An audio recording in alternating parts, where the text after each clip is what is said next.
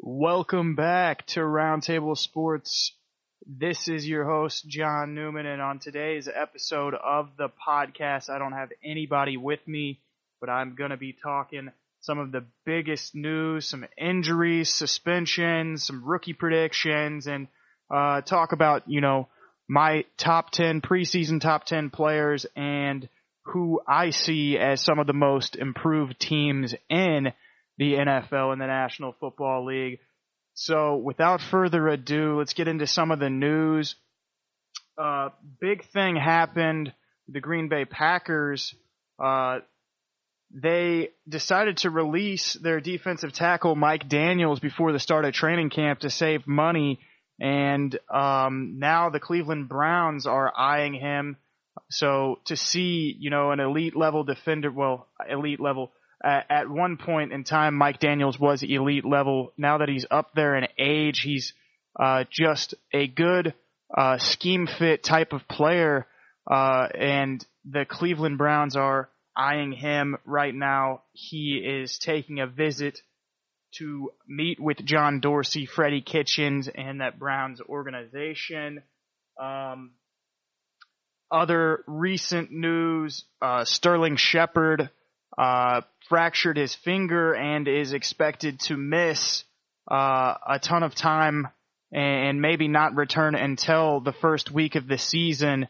That is Sterling Shepard with the New York Giants, the wide receiver who came out of Oklahoma a few years back and has been steadily improving and looks to see a more expansive role in that offense now that OBJ is no longer with the Giants. A couple weeks back now, it's been a couple weeks, Tyreke Hill did not receive a suspension for his involvement in a child abuse investigation in the state of Kansas. I was a little bit surprised there that he didn't get a suspension, given that a couple days earlier, Jarran Reed was suspended for 6 games for a 2017 incident.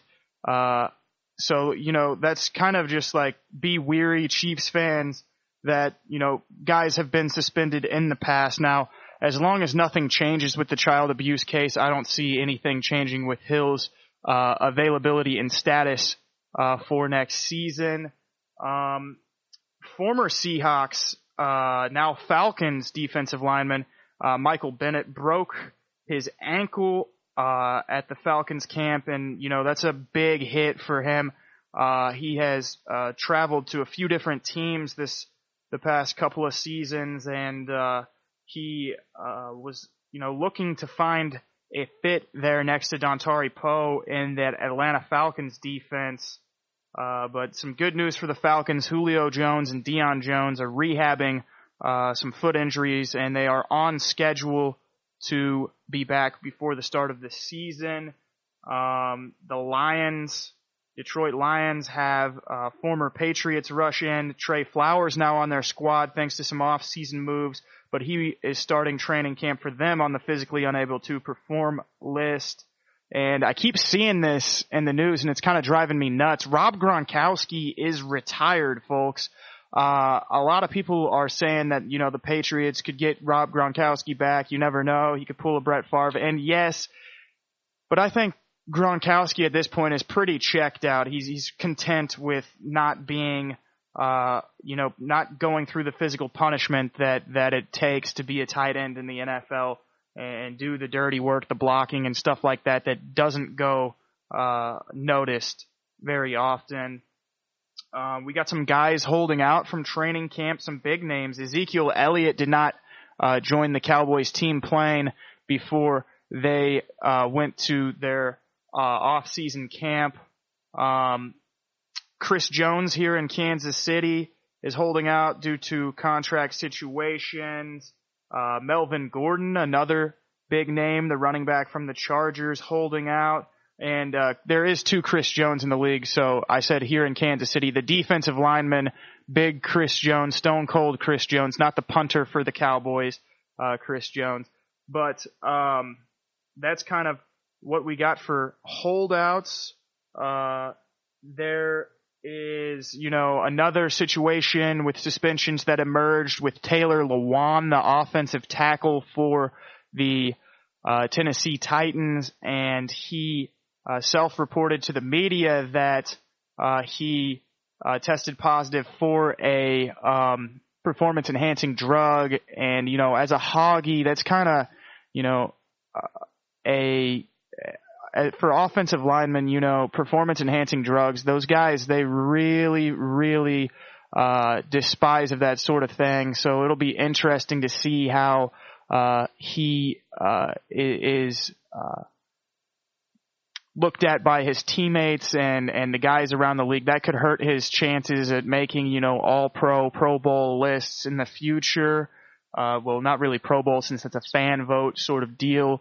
I'm not going to harp on him too bad for trying to improve himself, but there are lines that you don't cross in this game that is a very dangerous game, and whenever you're built the way that he's built, is it really necessary to gain weight room strength from doing supplements like whatever he was on to get him that 4-game suspension? That could prove to be pretty big for the Tennessee Titans, who need everything that they have need everybody on their roster to play 100% to be to win that division with the Texans and Colts.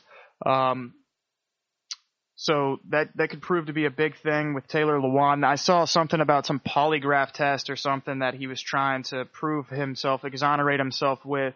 Not very smart to just say that you fully accept it and then go out and try to refute it with evidence that's sketchy. There is some quarterback camp battles that I wanted to talk about. Talked about the Giants earlier with Sterling Shepard, but they drafted Daniel Jones, the quarterback out of Duke, trying to replace Eli Manning, who has been on the decline for a few years now, and he will be battling Daniel Jones for the starting spot in New York. In Miami, who moved on from Coach Adam Gase, there will be a battle between Ryan Fitzpatrick, who's been, streaky and at times one of the best quarterbacks in the league. Whenever he's on, that role for like the 5 or 6 games that he's on a roll for, he's, top level. But after that, the consistency fails him, and that's why, I'm going to walk that back and say maybe not top level. But, there was a point last season where he was, or this could have been a couple seasons ago, where he was like leading or second place in fantasy points, something like that for quarterbacks. But he'll be taking on former UCLA Bruin Josh Rosen for that starting job. And, I kind of look at that as, Fitzpatrick is there because he's done this in the past with other quarterbacks, kind of getting them ushered into their place in the franchise and telling them, the things that they can do. I know he's not a veteran of the Dolphins, Fitzpatrick, but he's a veteran of this league, and there's a lot you can learn from guys like that. So that's a big plus if you're Josh Rosen or a Miami fan that's looking to the future with Josh Rosen. In Washington, quarterback battle between Case Keenum, who they signed, and Dwayne Haskins, who they drafted out of Ohio State. A lot of people say with Dwayne Haskins, you get the most upside out of any of the quarterbacks in this draft class, and I tend to agree with that statement. I think, he flashed some incredible skills and showed that his arm was NFL ready. So wouldn't be a huge surprise to me to see him go ahead and win that starting job. Lots of praise coming out of the Arizona Cardinals camp for rookie quarterback Kyler Murray. Guys are saying, saw some linebackers saying that he's making, throws that are definitely pro level, that will definitely work on Sundays. So that'll be interesting to see if that unfolds once it gets to 100% full speed in game time with, the undersized quarterback in Murray, and, the first year head coach in Cliff Kingsbury. So yeah, there's that. I didn't have much more for news for you guys, I don't think. I kind of covered the bases. and the main things that are being talked about with the NFL right now. Now I'm going to get into maybe my more improved teams who I see as potentially more improved teams. For the Redskins, I have them on my list, but it would be hard to improve from where they were at under Alex Smith whenever they were on a roll before he got hurt.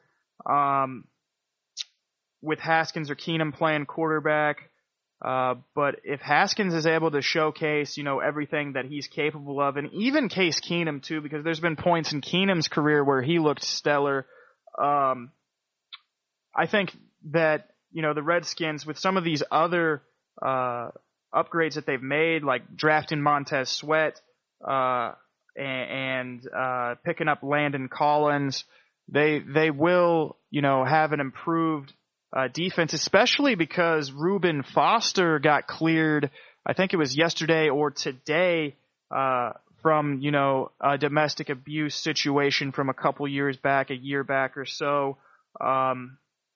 So that's big time for them. The 49ers cut Foster last year and they jumped on it. The Redskins made a good organizational decision to take a chance with Foster. And I think that'll pay off for them, especially, now that they've got Landon Collins in that secondary as well. The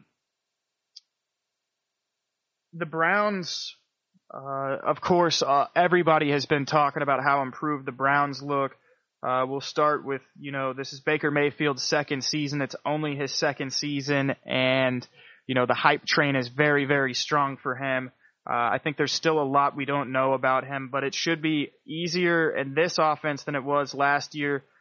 Freddie Kitchens, his new head coach, put together with John Dorsey and that management a team, an offense that's going to have, Kareem Hunt and Odell Beckham to go with Jarvis Landry, who we already had, David Njoku at tight end, and they added some pieces defensively this offseason. Pass rusher Olivier Vernon is going to be playing opposite of Myles Garrett.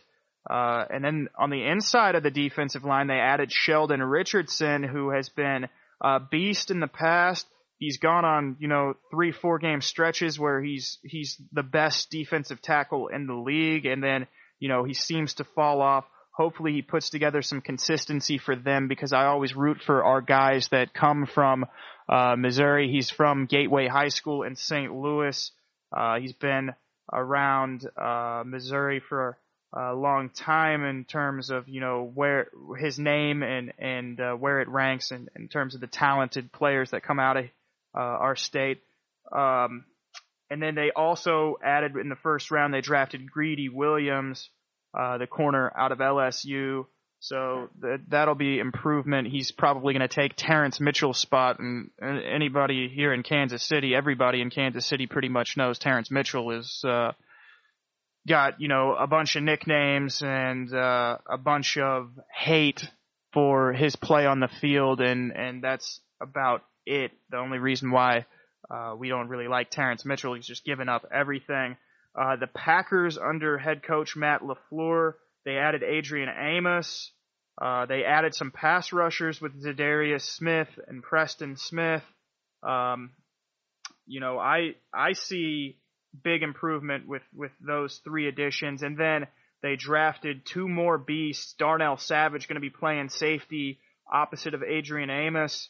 And Rashawn Gary, the defensive lineman from the University of Michigan, should definitely help improve that defense for the Green Bay Packers. And then on the other side, you're going to have hopefully a healthy Aaron Rodgers. He's starting to click with some of these receivers like Marquez Valdez-Scantling and Geronimo Allison, even though, they might not be Devontae Adams' skill level. They are going to put up, some pretty solid numbers next year, given that he is still in that offensive system, taking some pressure and elite corner play off of those guys. And then my last team for my most improved teams was the New York Jets. They got, Le'Veon Bell and C.J. Mosley, offensive and defensively, probably the two best signings of this offseason.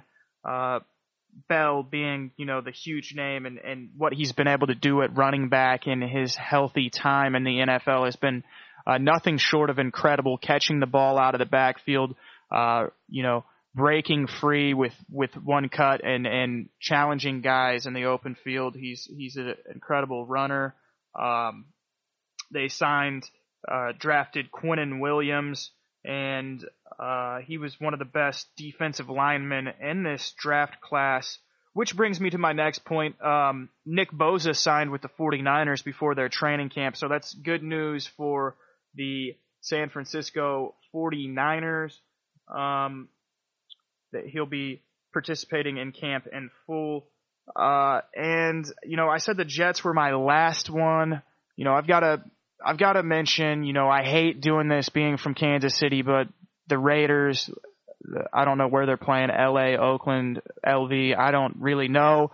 But the Raiders, getting Antonio Brown, getting Trent Brown on the offensive line, signing LaMarcus Joyner, veteran receiver Tyrell Williams to go across from AB, drafting Clelin Ferrell, the lineman, and then Josh Jacobs, the running back out of Alabama, and Jonathan Abram, the safety. There's a lot of room for improvement. I saw how disastrous last season was in the first year under John Gruden. Of course, everybody hated on them for trading Khalil Mack, but they were able to put together a solid draft, and with the money that they saved from moving on from Mack, they were able to make some big-time moves. So that is, kind of props there to John Gruden and Oakland and what they intend on doing. My last bit of news before I get into my top 10, my preseason top 10 players I want on my roster and my locker room. Adrian Peterson is apparently broke. That's a guy who's not going to receive very much sympathy from, I think, really anybody for how in the limelight the situation involving him disciplining his kids using a switch, a wooden twig thing, was. There's going to be a lack of sympathy there. Growing up, Adrian Peterson was one of my favorite running backs. He was one of my first ever fantasy football running backs that I, could just plug in there, and they were my savage for the whole season. So kind of sucks to see that sort of thing, but you wonder how a guy who made, over $20 million in endorsements, over $100 million in contracts can run out of that money. It's quite amazing to me that he must not have been buying any assets, really, just a bunch of toys and things that people don't really want.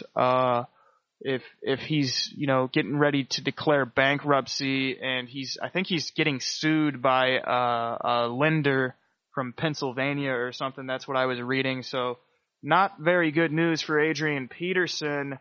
And I don't think he's signed with the team yet this year, unless he's still with Washington. I will look that up real quick. Yeah, he's with the Washington Redskins still, and he's gonna be fighting, clawing, and running the ball just as he always has, with the power and determination to try to pay back some of these debts that he's accumulated over what seems to be maybe potentially scammers or something like that. Maybe a bunch of mooches in his corner. Who really knows?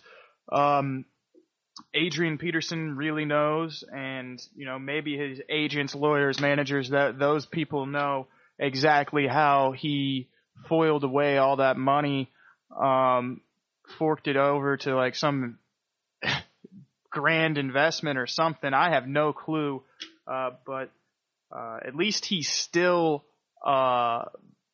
playing at a high enough level. Last year he went over 1,000 yards. With his age, his injury history, people just didn't really see it, and he was able to do it last year. Maybe new look offense. Dwayne Haskins is there. Not necessarily the same type of game manager as Alex Smith. He's got a better deep ball instantly. As soon as he came into the league, he had a better deep ball than Alex Smith. But that's not a huge feat, really. That's pretty much all I got on that. I don't really, to wrap it up, I hope the best for AP, really. Then, yeah, I'll roll the ad. Now that we're back from that advertisement, let's get into the fun portion of this thing, my preseason top 10. You guys can come at me sideways at Talk More Sports on Twitter if you got any disagreements. I've got 3 honorable mention names at positions where it's a bit controversial to say that these are honorable mentions opposed to being ranked in my top 10, or, maybe you think that they shouldn't be there at all. Oh, and I forgot this. Now that I'm looking at this, I put Michael Thomas here. He seems to be holding out of the New Orleans Saints training camp. I think I read that earlier, so that could be a knock on the Saints. But he's played with Drew Brees and inside of that Sean Payton offense for a long enough time. It really shouldn't affect much if he is doing work outside of that locker room. So Michael Thomas, honorable mention in my top 10. Just due to the fact that he is a chain mover. He gets those clutch receptions, those first down receptions. He can do it all. His routes are crisp and clean. He doesn't get the most separation, but he still catches the ball with his hands and uses what separation he has to make sure that whatever hit he takes is not enough for him to drop the ball. Next is Luke Kuechly. He is my second highest rated inside linebacker going into next season. And Kuechly, is the captain of that Panthers defense that has made it to a Super Bowl in the past. And he was, a big reason why they're, I don't really need to say much about Kuechly and how he plays. The Carolina Panthers have had, secondary problems, but still they were able to, float around middle of the pack at least middle of the pack with Luke Kuechly and that defense. And then my last honorable mention, I put him. He's the only corner that I have honorable mention or in the top 10 in terms of guys that I'd want in my locker room, because I think it's a hard position to judge, and it's a lot of it is scheme dependent. Stephon Gilmore, he played really good for the Buffalo Bills, and then going to New York, I think he's played even better than guys like the McCourties and Malcolm Butler, some guys that were, maybe not top 10 level ever, but really good in the scheme for the Patriots defense, and he has been even better. I think it's overall what he's able to do for the New England Patriots. I would put him over, maybe not importance-wise, over, say, Jalen Ramsey with the Jaguars, because Jalen Ramsey, he gets into a funk and he's beatable. He's real beatable, exploitable at certain points. We saw that when the Chiefs took them on and he was kind of in a funk. I know if you analyzed all the target numbers and all of that stuff, you could probably refute what I just said, but there was a lot of talk about him being on a downhill slide at the beginning of last year. He cleaned it up, and him and Boye had a good season there for the secondary in Jacksonville. But I would put Stephon Gilmore over him in terms of who I'd want on my team inside of my locker room, just because he's done it in 2 different places, done it well, and been a pretty humble character as far as corners go. So starting my top 10 list, Julio Jones, wide receiver for the Atlanta Falcons. Everybody knows what Julio Jones is capable of. As he's getting older, he is getting, more creative with his ways of getting space.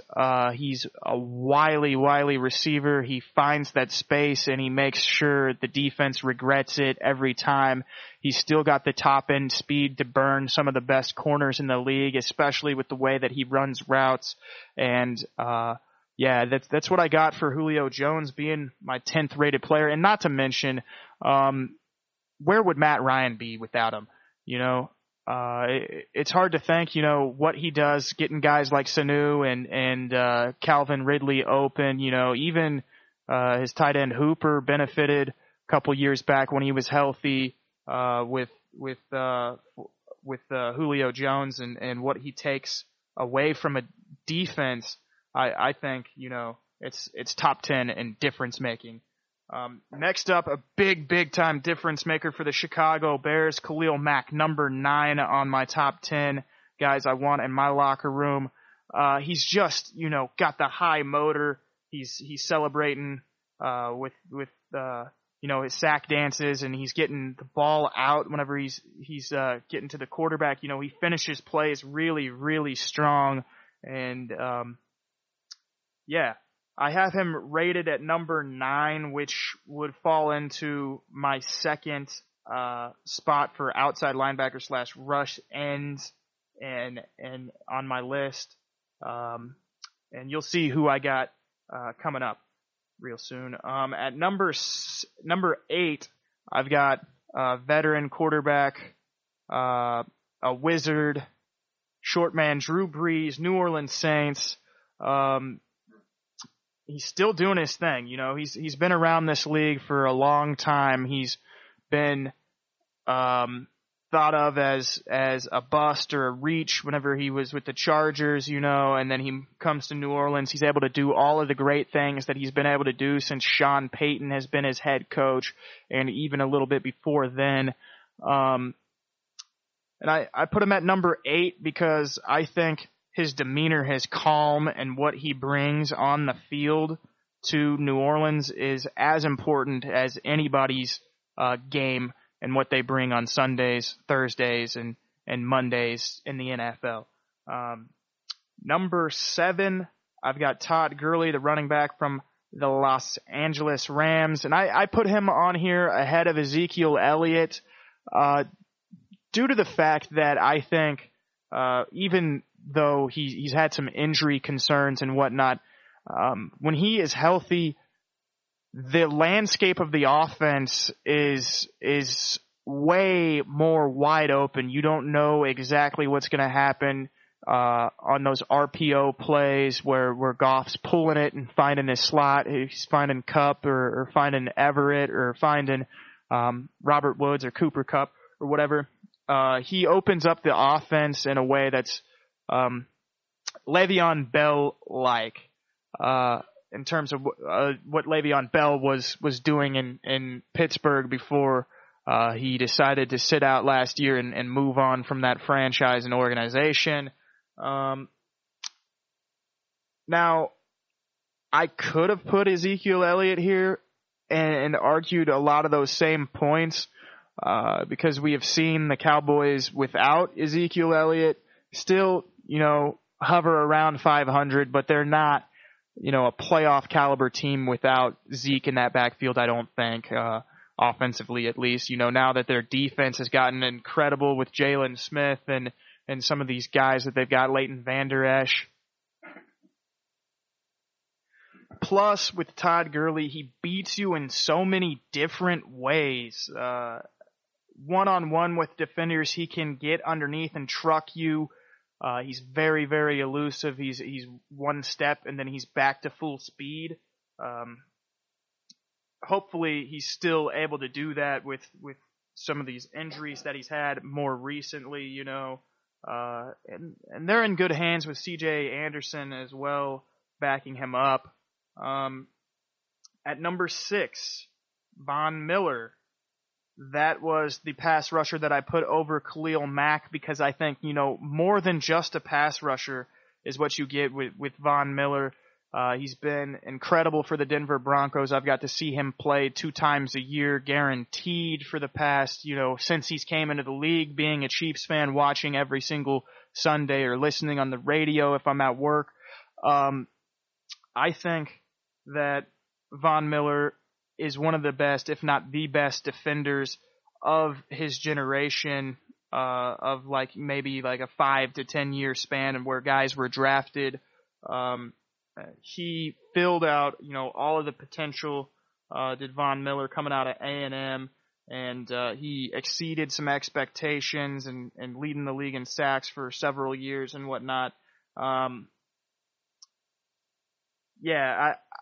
Not enough can be said for how important Von Miller is to the Denver defense. We saw, him carry Peyton Manning to a Super Bowl. Essentially, his defense did everything, and he did almost, 3/4 of the work for that defense. It seemed like their corners probably not getting close to the numbers and picks and deflections without, the pass rush of Von Miller. At number 5 on my list, I have, a game breaker at wide receiver, a guy who, above everybody in the league, I think is the most talented wide receiver possibly since Jerry Rice, DeAndre Hopkins, the receiver for the Houston Texans. And that's very high praise coming from me. Jerry Rice is the greatest player to ever play the game, period. But Hopkins has got, those cold hands, his ability to catch in traffic. Might not get as much separation as some guys, but he's still, he throws his head one way and he's back the other way. He's stretching out. His catch radius is amazing. And you don't know what's hit you with DeAndre Hopkins. He's a big part of the Texans offense, more than, the running back play with Miller, and across from him, they've not really had the best wide receivers, and he's had to do a lot of it on his own with Watson, of course, being his quarterback. So DeAndre Hopkins is the first guy in my top 5 on this list. And at number 4, I got, Tom Brady. Everybody, hold your breath here. It's going to be something groundbreaking. No, I really don't have to explain this one much. Tom Brady, I still got him in the top 5 in terms of players that I want in my locker room right now for this coming season. I'd take Tom Brady over most of these guys, and even maybe one or two of the guys ahead of him. Actually, no, I'll take that back. I'll stick with the defensive guys that I've got ahead of him, and then, of course, my guy. Okay. Number 3, Bobby Wagner.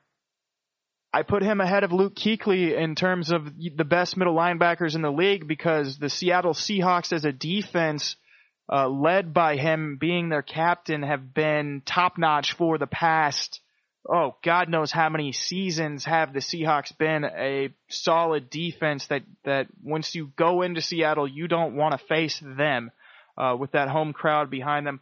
And Wagner is able to do a multitude of things. Maybe not elite level pass rusher, but he's amazing against the run and in pass coverage. He is one of the best. I can't really say much more.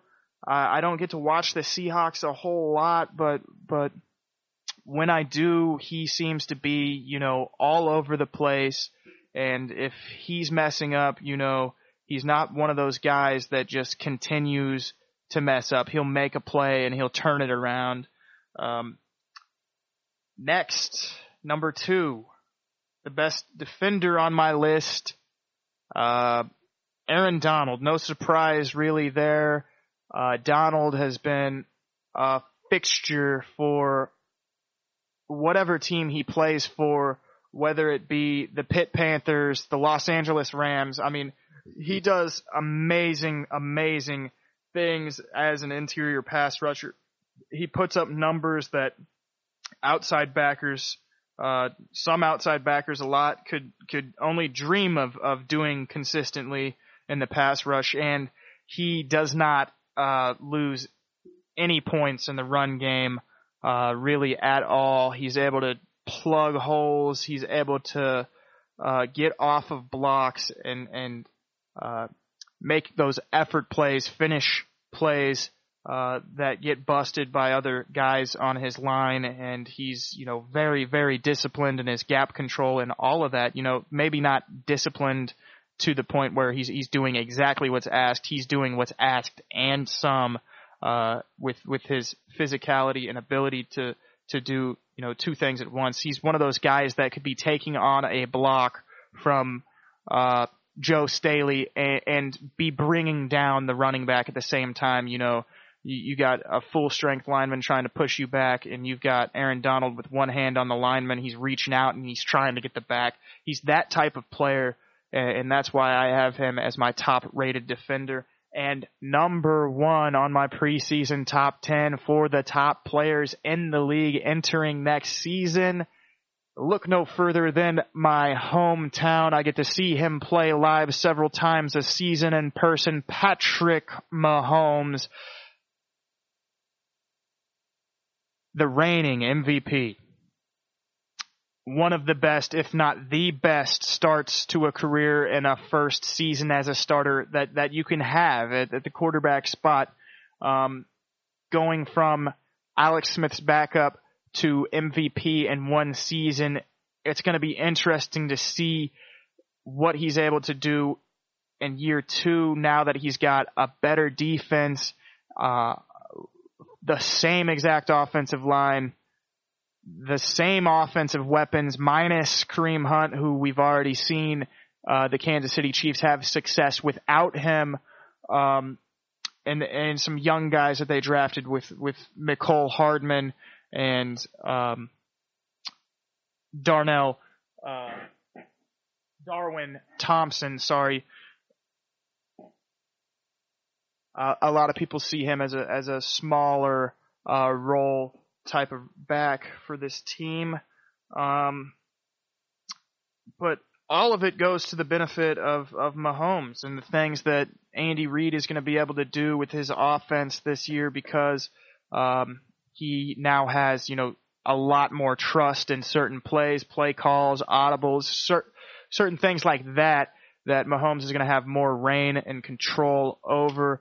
It's going to be an amazing season to be a Kansas City Chiefs fan. And on that note, I think I'm going to go ahead and wrap up this episode of the podcast. If you enjoyed this podcast, subscribe on whatever player you're listening, whether it be Apple Podcasts, Google Podcasts, Anchor.fm is where you can get the episodes as soon as they're released.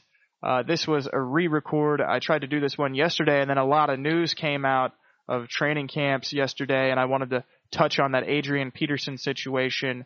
But yeah, I'm looking forward to this next season. Probably going to get up to St. Joseph to see some of the Chiefs training camp this year.